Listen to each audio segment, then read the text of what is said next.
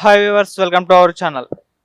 సిద్ధం సభల పేరుతో వైసీపీ, అలాగే భవిష్యత్తు గ్యారంటీ పేరుతో టీడీపీ ఈ రెండు కూడా కండోమ్ ప్యాకెట్లు అమ్ముతున్నాయని చెప్పేసి ఇరుపక్షాల వారు ట్విట్టర్లో విమర్శలు చేసుకోవడం చూస్తున్నాం. అది దీనిపై నెటిజన్స్ నుంచి అయితే తీవ్ర విమర్శలు రావడం చూస్తున్నాం. అసలు ఇది ఎక్కడ స్టార్ట్ అయింది, ఎవరు ఏ విధంగా పుట్టించడం జరిగింది, ఏంటి అసలు ఈ కథ, దీనిపైన డిస్కస్ చేయడానికి ప్రజెంట్ మనతో పాటు కామన్ మ్యాన్ ఉన్నారు, వారిని అడిగి తెలుసుకుందాం. So hi bro. హాయ్ అండి. సో ఇరుపక్షాల నుంచి ట్విట్టర్లో మరి చూస్తే ఆ కాండోమ్ ప్యాకెట్లు పంచుతున్నారు, సిద్ధం సభల పేరుతో వైసీపీ అని చెప్పేసి, భవిష్యత్తు గ్యారంటీ పేరుతో టీడీపీ అని చెప్పేసి అని అంటున్నారు. అసలు ఏంటి, చాలా మంది నెటిజన్స్ తిడుతున్నారు, చిల్లర రాజకీయాలు చేస్తున్నారు అంటూ. మరి మీ ఒపీనియన్ ఏంటి? ఒకటి, ఈ నీచ రాజకీయం బహుశా వైఎస్ఆర్సీపీ స్టార్ట్ చేసి ఉంటుంది. ఎందుకంటే వీళ్ళు గురించి తెలిసిందే కదా, వీళ్ళ నాయకులు ఎలాంటి వాళ్ళు, వీళ్ళ పార్టీ కార్యకర్తలు ఎలాంటి వాళ్ళు అందరూ చూస్తూ ఉన్నారు దేశం మొత్తం మీద. మనం ఒకటి గమనిస్తే ఈ జగన్మోహన్ రెడ్డి పార్టీకి సంబంధించిన కొంతమంది నాయకులు ఓపెన్గా కాల్ రికార్డులు లీక్ అయ్యాయి. అదేవిధంగా ఒక ఎంపీ హిందూపురంకి సంబంధించిన గోరంట్ల మాధవ్ గుడ్డలు లేకుండా ఉన్నాడు. అదేవిధంగా ఒక ఇరిగేషన్ మినిస్టర్, ఇప్పుడు ప్రస్తుత ఇరిగేషన్ గంట అరగంట అన్నాడు. ఇంకొక మంది అవంతి శ్రీనివాసు, అతను ఈ విధంగా ఆడియో కాల్స్ లీక్ అయ్యాయి. ఈ విధంగా వైఎస్ఆర్సీపీ పార్టీలో ఎంతో మంది ఇలాంటి తప్పుడు పనులు చేసే వ్యక్తులు ఉన్నారు. అలాంటి తప్పుడు పనులు చేసే వ్యక్తులు తప్పుడు ఆలోచనలతో సృష్టించుండొచ్చు.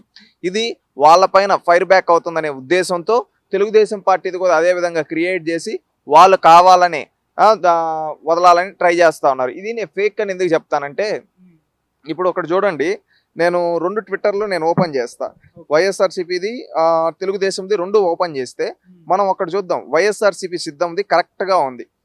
ఇక్కడ మీరు టీడీపీది కాదు అని నేను ఎందుకు చెప్తున్నానంటే, అంత కరెక్ట్గా అది వైఎస్ఆర్సీపీ వాళ్ళే చేశారని వాళ్ళ పేజ్లో పోస్ట్ చేస్తుండే మనం అది చూసినట్లయితే అక్కడ వాళ్ళ క్లారిటీగా మెన్షన్ చేస్తున్నారు. ప్యాకెట్ పైన ఉండేది వైఎస్ఆర్సీపీది, తెలుగుదేశం పార్టీది చూస్తే వైఎస్ఆర్సీపీ వాళ్ళు తెలుగుదేశం పార్టీ పైన కక్షతో మాత్రమే ఈ విధంగా చేశారని చెప్పేది క్లారిటీగా మనకు దానికి సంబంధించిన ఇమేజ్ చూస్తే మనకు అర్థమవుతుంది. 1 మినిట్ అండి, వీళ్ళు చూపిస్తున్నారు కదా, వీళ్ళు పోస్ట్ చేసింది ఎన్ని గంటలకు పోస్ట్ చేశారో, ఈ నీచపు బుద్ధి వైఎస్ఆర్సీపీ వాళ్ళకి ఎందుకు వచ్చిందో మనం ఒకసారి చూద్దాం. ఇది తెలుగుదేశం పార్టీది కాదు, వైఎస్ఆర్సీపీ వాళ్ళు ఈ నీచ బుద్ధి ట్రై చేస్తున్నారని ఎందుకు చెప్పమంటారు తెలుసా? ఇప్పుడు సిద్ధం అనేది జగన్మోహన్ రెడ్డికి స్టార్ క్యాంపెయిన్. ఎక్కడ చూసినా సిద్ధం సిద్ధం సిద్ధం అని చెప్పి ఆయన బోర్డులో పెట్టుకొని చేస్తూ ఉన్నాడు. ఆ టైప్ ఆఫ్ క్యాంపెయిన్ లో అన్ని ప్రోడక్ట్స్ ఇస్తా ఉన్నారు, బొట్టు బిల్లల కాడ నుంచి అన్ని. ఈ రోజు తెలుగుదేశం పార్టీ వాళ్ళది కాదు అని నేను ఎందుకు చెప్తున్నానంటే, వైఎస్ఆర్సీపీ వాళ్ళు అది జరిగిపోయింది, తప్పు జరిగిపోయింది, దాన్ని ఎట్టయినా కానీ కప్పిపుచ్చుకోవడానికి తెలుగుదేశం పార్టీ వాళ్ళపైన ఈ విధంగా విషయం చెప్పాడు. ఎందుకు చెప్పమంటారు తెలుసా? తెలుగుదేశం పార్టీ ప్రజెంట్ క్యాంపెయినింగ్ పేరు బాబు సూపర్ 6. భవిష్యత్తు గ్యారంటీ ఎక్కడి నుంచి వచ్చిందిరా? ఇప్పుడు చూడండి, దీనిపైన వీళ్ళు ఏమేస్తున్నారు, క్లారిటీగా ఒక ఎల్లోది పెట్టి దానిపైన తెలుగుదేశం పార్టీ లోగో సింబల్ వేసి ఆ తర్వాత టీడీపీ అని రాసి, టీడీపీ ఎక్కడైనా తెలుగుదేశం పార్టీ అని రాసుకుంటుంది. ఇక్కడ భవిష్యత్తు గ్యారంటీ, ఆ భవిష్యత్తు గ్యారంటీ కూడా స్పెల్లింగ్ తప్పు. భవిష్యత్తు గ్యారంటీ అంట తెలుగుదేశం పార్టీది, కరెక్ట్గా భవిష్యత్తు గ్యారంటీ అని స్పెల్ చేయడం ఇదొక మిస్టేక్. రెండోది, ఇప్పుడు జరిగే క్యాంపెయిన్ బాబు సూపర్ 6, టీడీపీ అని తెలుగుదేశం పార్టీ ఎక్కడ మెన్షన్, తెలుగుదేశం పార్టీ అని రాస్తారు. ఈ పార్టీ లోగో పెట్టేసి ఈ విధంగా వైఎస్ఆర్సీపీ వాళ్ళు నీచ బుద్ధి వీళ్ళ బతుకులు ఎంత అంటే అంత ఫేక్ ప్రచారాల మీదే ఆధారపడి ఉంటారు. ఈ రోజు వాళ్ళు తప్పుడు పనులు చేస్తూ, వీళ్ళ నాయకులు తప్పుడు పనులు చేస్తూ ఈ రోజు కప్పిపుచ్చుకోవడానికి తెలుగుదేశం పార్టీ పైన తొయ్యడానికి ఈ విధంగా క్రియేట్ చేసి విషాన్ని జమ్మిస్తున్నారు. ఇది చాలా పెద్ద తప్పు. ఎందుకంటే వీళ్ళ బతుకంతా ఫేకే. నిన్న భువనేశ్వరి గారు మాట్లాడిన మాటలపైన ఫేక్ చేశారు. ఇప్పుడు వీళ్ళు చేసే క్యాంపెయిన్లు వీళ్ళకి ఫైర్ బ్యాక్ అవుతాయేమో అని చెప్పి కప్పిపుచ్చుకోవడానికి ఈ విధంగా తెలుగుదేశం పార్టీ పనిచేస్తారు. ఎవరన్నా మొహం మీద ఉమ్ముతారయ్యా? తెలుగుదేశం పార్టీ బాబు సూపర్ 6 అనే క్యాంపెయిన్తో వెళ్తా ఉంటే వాళ్ళు ఇప్పుడు లోకేష్ గారు ప్రతి శంకారావం సభలు ఇప్పుడు వరకు 31 నియోజకవర్గాలు తిరిగారండి, ఉత్తరాంధ్ర మొత్తం. అక్కడ కూడా క్లారిటీగా చూపిస్తూ ఉన్నాడు, బాబు సూపర్ 6 మీకు హ్యాండ్ క్యాప్, ఈ విధంగా బ్యాడ్జ్, ఈ విధంగా మీరు ఇంటింటికి వెళ్ళండి, ఈ విధంగా అని చెప్పి వాళ్ళ క్యాంపెయిన్ ఏంది, గౌరవప్రదంగా ఉంది.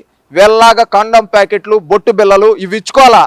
అది మీ చరిత్ర తెలుసుకోండి. వైఎస్ఆర్సీపీ నాయకులు బతుకంత, వాళ్ళ నాయకులు అంతే, వాళ్ళ పార్టీ నాయకులు అంతే, వాళ్ళ పార్టీ సోషల్ మీడియా మెయింటైన్ చేసే వాళ్ళు కూడా అట్టే ఉన్నట్టున్నారు. అందుకని ఇలాంటి ఫేక్ ప్రచారాలు, విష ప్రచారాలు ఇక్కడైనా మానుకొని ప్రజలకు ఏం చేశామో చెప్పండి, రేపు ప్రజలకు ఏం చేస్తారో చెప్పండి. అది కాకుండా ఇలాగ చేస్తే ప్రజలు మీ మొహాను ఉమ్ముతారు. అది తెలుసుకోండి. ఇక్కడైనా గౌరవప్రదంగా మాట్లాడండి, గౌరవప్రదమైన చేష్టాలు చేయండి. అంతేగాని ఈ విధంగా దిగజారుడు చేష్టాలు చేస్తే ప్రజలు మీకు ప్రజాక్షేత్రంలో బుద్ధి చెప్తారు. ఇటు చూస్తే వైసీపీ నుంచి కొంతమంది కార్యకర్తలు దాడులు చేయడం చూస్తున్నాం. మొన్న ఈనాడు ఆఫీస్ పైన, అంతకుముందు రోజు సిద్ధం సభలో రాప్తాల్లో ఒక ఏబిఎన్ జర్నలిస్ట్ పైన వైసీపీ కార్యకర్తలు దాడులు చేయడం చూస్తున్నాం. ఏంటి దాడుల పైన మీ ఒపీనియన్? ఒకటి జగన్మోహన్ రెడ్డి గారి పరిపాలన ఒక రౌడీ రాజ్యం అని ఎవరిని అడిగినా చెప్తారు.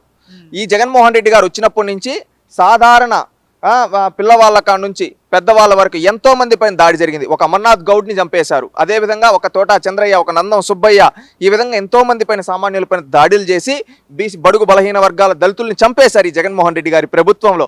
అదేవిధంగా ప్రతిపక్ష నాయకులు శాసనసభ్యులను కూడా అదేవిధంగా వాళ్ళపైన దాడులు చేశారు. ఇప్పుడు బోండా ఉమా గారు లాంటి వ్యక్తుల్ని మాచర్లో, ఇదే విధంగా చంద్రబాబు నాయుడు గారి పైన, లోకేష్ గారి పైన అనేక సార్లు దాడులు చేశారు.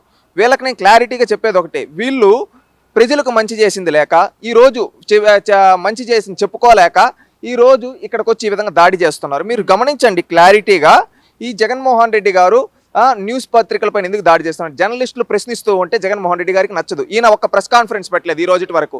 ఈయన ఏం మాట్లాడాలో తెలియక ప్రెస్ కాన్ఫరెన్స్లు పెట్టలేక ఈరోజు ప్రశ్నించే గొంతుకులపైన అక్రమ కేసులు పెడుతూ ఉన్నాడు. అక్రమ కేసులు పెట్టాడు వాళ్ళ అక్క తగ్గల. అందుకని ఈరోజు ఆంధ్రజ్యోతి దానిపైన కావచ్చు, ఈనాడు వాళ్ళపైన కావచ్చు, ఈనాడు పైన అతను దాడి చేసి కాటసాని రాంభూపాల్ రెడ్డి పాణ్యం ఎమ్మెల్యే, నీకు సిగ్గుందా? నీ పైన తప్పుడు కథనాలు రాస్తుంటే పరువు నష్ట దావాయి, నీకు నిజంగా చిత్తశుద్ధి ఉంటే ఇతను తప్పు చేశాడు కాబట్టి సిగ్గు లేకుండా ఈరోజు నా పైన వార్తలు రాస్తారా అని దౌర్జన్యానికి పోయాడు.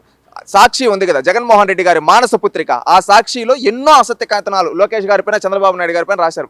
వాళ్ళు ఒకటే వెళ్ళారు, లీగల్గా వెళ్ళారు, పరువు నష్ట దావా వేశారు. ఎందుకు? వాళ్ళు తప్పు చేయలేదు. చంద్రబాబు నాయుడు, లోకేష్ అనే వ్యక్తి తప్పు చేయలేదు కాబట్టి నువ్వు మా పైన తప్పుడు ఆరోపణలు, తప్పుడు కథనాలు రాశావు, మేము న్యాయస్థానంలోకి వెళ్ళి నీ పైన పరువు నష్ట దావా వేస్తున్నామని ఒక ప్రొసీజర్ ప్రకారం వెళ్ళారు. అవి నిజంగా అసత్య కథనాలు కాబట్టి ఇక్కడ వీడు చేసిన తప్పు బయటపడిపోయింది కాబట్టి ఫ్రస్ట్రేషన్లో ఏమి చేయాలో తెలియక ఈ కాటసాని రాంభూపాల్ రెడ్డి మనుషులు ఇక్కడ ఈనాడు ఆఫీస్ పైన దాడి చేశారు. ఇక్కడ దాన్ని బట్టి అర్థమవుతుంది కదా కాటసాని రాంభూపాల్ రెడ్డి అనే వ్యక్తి ఎన్ని తప్పులు చేశాడో, ఏ విధంగా అక్కడ అవినీతి చేశాడనేది అది బయటపడింది. ఫ్రస్ట్రేషన్లో వాళ్ళ పార్టీ కార్యకర్తలను పంపించి ఈ విధంగా ప్రజాస్వామ్యంలో జర్నలిస్టులు ప్రశ్నిస్తూ ఉంటే వాళ్ళపైన దాడి చేస్తున్నారు. నిజంగా సిగ్గుపడాలి ఆ ఎమ్మెల్యే. అదేవిధంగా వాళ్ళ పార్టీ కార్యకర్తలు రౌడీలు. ఎందుకంటే భీమిలి సభలో జగన్మోహన్ రెడ్డి, చంద్రబాబు నాయుడు గారు, పవన్ కళ్యాణ్ బొమ్మలు పెట్టి కొట్టించాడు. అంటే వీళ్ళు ఏమిస్తున్నారు? న్యూట్రల్ పీపుల్కి ఏం మెసేజ్ ఇస్తున్నారు? మా కోర్టుకి మిమ్మల్ని గుద్దుతాం, మిమ్మల్ని చంపుతామని మెసేజ్ ఇస్తున్నారా? మీకు అధికారం ఇచ్చింది ఎందుకు? ప్రజలకు మంచి చేస్తారు, రాజధాని కడతారు, పోలవరం కడతారు, అదేవిధంగా ఫీజు రియంబర్స్మెంట్ ఇస్తారు, పేదరిక నిర్మూలన చేస్తారని మీకు అధికారం ఇస్తే మీరు అవేవి చేయకపోగా ఈరోజు రౌడీయిజం, గోండాయిజం, దౌర్జన్యాలు చేస్తూ ఉన్నారు. ఈరోజు నిస్సిగ్గుగా ఈ విధంగా జర్నలిస్టులపైన దాడి చేస్తూ ఉన్నారు. సామాన్యుల బీసీ బడుగు బలహీన వర్గాలపైన దాడులు చేస్తున్నారు. దీన్ని బట్టి ఏమన్నా మెసేజ్ ఇస్తారు మీరు? రేపు మేము అధికారంలోకి వస్తే సామాన్యులు ఎవరిని బతకనివని మెసేజ్ ఇస్తున్నారా? ఇది రాష్ట్రంలో ఉండే ప్రతి ఒక్క పౌరులు ఆలోచించుకోవాల్సిన విషయం. ఎందుకంటే రేపు రానున్న రోజుల్లో ఓటు అనే వజ్రాయుధంతో ప్రజాక్షేత్రంలో జరగబోయే సమరంలో ఈ జగన్మోహన్ రెడ్డిని మన ఓటు అనే ఆయుధంతో అంతం చేస్తే ఆ రోజు మన ప్రజలకి, రాష్ట్రానికి నిజమైన స్వాతంత్రం వచ్చినట్టు, అప్పుడు రాష్ట్రం నిజంగా అభివృద్ధి బాటలో వెళ్తుంది. అప్పటి వరకు ఈ రాష్ట్రంలో ఇదే విధంగా రౌడీల రాజ్యం ఉంటుందని నేను కోరుకుంటూ ఉన్నాను. ఈ రౌడీ రాజ్యం పోయి రానున్న 2 నెలల్లో మంచి ప్రభుత్వం వచ్చి రాష్ట్రం అభివృద్ధి చెందాలని నేను కోరుకుంటూ ఉన్నాను. ఈ దాడి చేసిన వాళ్ళపైన కేసులు అయితే నమోదు చేయలేదు. మరికొంతమంది దీన్ని ఎలా చూస్తున్నారంటే దాడి చేసిన వాళ్ళు వైసీపీ వ్యతిరేక శక్తులు, వాళ్ళు టీడీపీ వాళ్ళే వైసీపీ వేషంలో ఉండి ఈ విధంగా దాడులు చేస్తున్నారు అన్న వార్తలు కూడా వినిపించాయి. ఒకటి, నిజంగా ఆ విధంగా చేస్తుంటే జగన్మోహన్ రెడ్డి వదులుంటాడా? జగన్మోహన్ రెడ్డి క్రిమినల్ కదా, ముందుగా ఎత్తుకొని ఏఎస్ ఉంటాడు కదా. ఆ ఆలోచనలు జగన్మోహన్ రెడ్డికి వస్తాయి. ఎందుకంటే తనకు తాను కొడుకొత్తి పొడుచుకోవడం, వాళ్ళ ఇంట్లో బాబాయ్ అతనే చంపించుకోవడం, ఇలాంటి కథలన్నీ జగన్మోహన్ రెడ్డికి వస్తాయి. జనాలందరూ విసుకెత్తిపోయారు. ఏంటంటే ఈ జగన్ రెడ్డిరా ఏంటి చేస్తాడరా, ఎప్పుడు చూసినా ఒకరి పైన పడి ఆడవడం అని, ఇతను చేసింది ఏంట్రా అని అడిగే పరిస్థితిలో ఈరోజు ఆంధ్రప్రదేశ్ రాష్ట్రంలో ప్రజలు ఉన్నారు. ఇక ఇటు పవన్ కళ్యాణ్ గారు ఒక మీటింగ్లో చెప్పడం చూస్తున్నాం, అంటే కార్యకర్తలు ఖర్చు పెట్టాల్సిందే పక్క అని చెప్పడం చూస్తాం. అలాగే టీడీపీ, జనసేన, బీజేపీ పొత్తు కోసం నేను ఎన్నో చివాట్లు తిన్నాను, చాలా కష్టపడ్డాను, కేంద్ర నాయకత్వంతో ఎన్నో మాటలు పడ్డాను కూడా చెప్పడం చూస్తున్నాం. సో ఈ పవన్ కళ్యాణ్ గారు టోటల్గా చేసిన ఈ వ్యాఖ్యలపైన మీ ఒపీనియన్? ఒకటి, పవన్ కళ్యాణ్ గారు మాట్లాడిన మాటలు వేరు, దాంట్లో అర్థాలు వేరు, అంతరార్థాలు వేరు. ఇక్కడ వక్రీకరించి కొంతమంది కొన్ని మీడియా ఛానళ్ళు ఏమైనా చూపిస్తుండొచ్చు. ఈరోజు కార్యకర్తలు ఖర్చు పెట్టండి అని చెప్పినవి ఏంటంటే, ఇప్పుడు ప్రచారానికి వెళ్లాల్సి ఉంటుంది. ప్రచారానికి వెళ్ళినప్పుడు ఖర్చులు ఉంటాయి. ఇప్పుడు టీ తాగడం, కాఫీ తాగడం, అది ఒకరిపైన ఆధారపడకుండా మన డబ్బులు మనం పెట్టుకున్నామనే మోడ్లో చెప్పారు. ఇప్పుడు ఎలక్షన్ కమిషన్కి నామినేషన్ వేసిన రోజు నుంచి, ఎలక్షన్ కోడ్ నుంచి వచ్చి వాళ్ళ ఎన్నికలకి ఎంత ఖర్చు పెట్టారు అంటే, వాళ్ళ ట్రాఫిక్ అంటే ఇప్పుడు బండ్లలో వెళ్ళడం కావచ్చు, అదేవిధంగా పెట్రోల్ కావచ్చు, ఇంకేమైనా అలవెన్స్లు కావచ్చు, ఈ విధంగా వాళ్ళు ఏం ఖర్చు పెట్టారనేది ఎలక్షన్ కమిషన్కి అఫిడవిట్ ఇస్తారు. మేము మా ఎన్నికల కోసం ఇంత ఖర్చు పెట్టామని. ఆ డబ్బులు ఒకరిపైన ఆధారపడద్దని మీ జోబీలో నుంచి తీసి మీరు పెట్టుకోండి అన్నాడు. దాంట్లో ఇప్పుడు అది ఎన్నికల అంటే ప్రజాస్వామ్యంలో న్యాచురల్ ప్రాసెస్లో జరిగేది అంతే.